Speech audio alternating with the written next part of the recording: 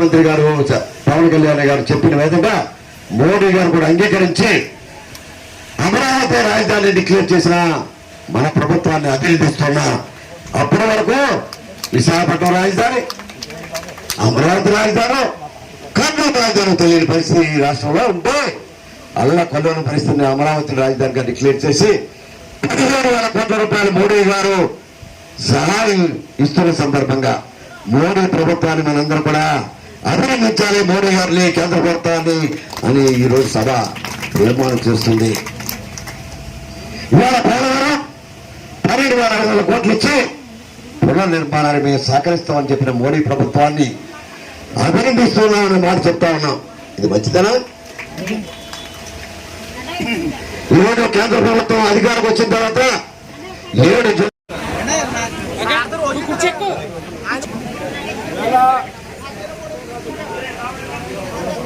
రాష్ట్రంలో వంద రోజులు పూర్తయిన అన్ని గ్రామాల్లో దాదాపుగా ఇది మంచి ప్రభుత్వం అనేటువంటి 100 రోజుల సమయంలో కేంద్ర రాష్ట్ర ప్రభుత్వాలు అభివృద్ధి కార్యక్రమాలు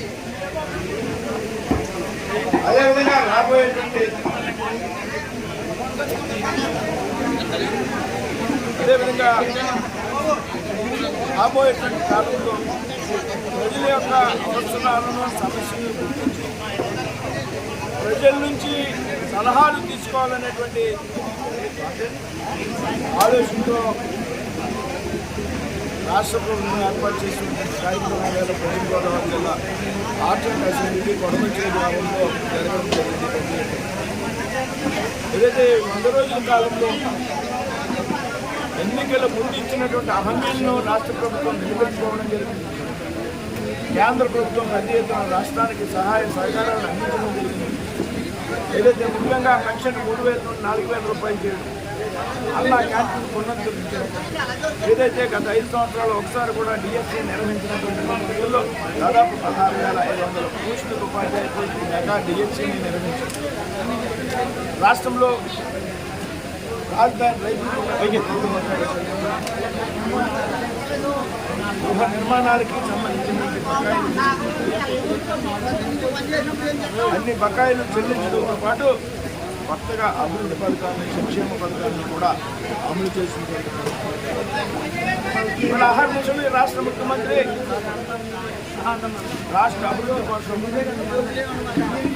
ఆర్థిక కష్టాల్లో ఉన్నటువంటి ఆంధ్రప్రదేశ్లో ఏ విధంగా ముందుకు నడిపించాలనేటువంటి ఆలోచనలో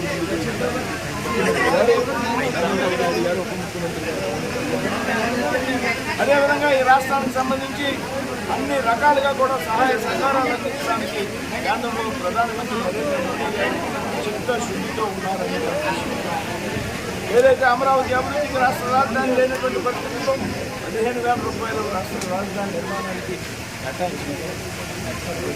ఆగిపోయిన పోలవరం పనుల్ని పరిగెత్తించడానికి 12,000 కోట్ల రూపాయలు పోలవరం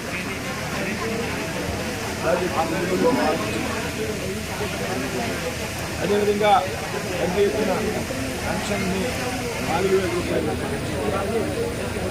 ఈ విధంగా అన్ని రంగాల్లో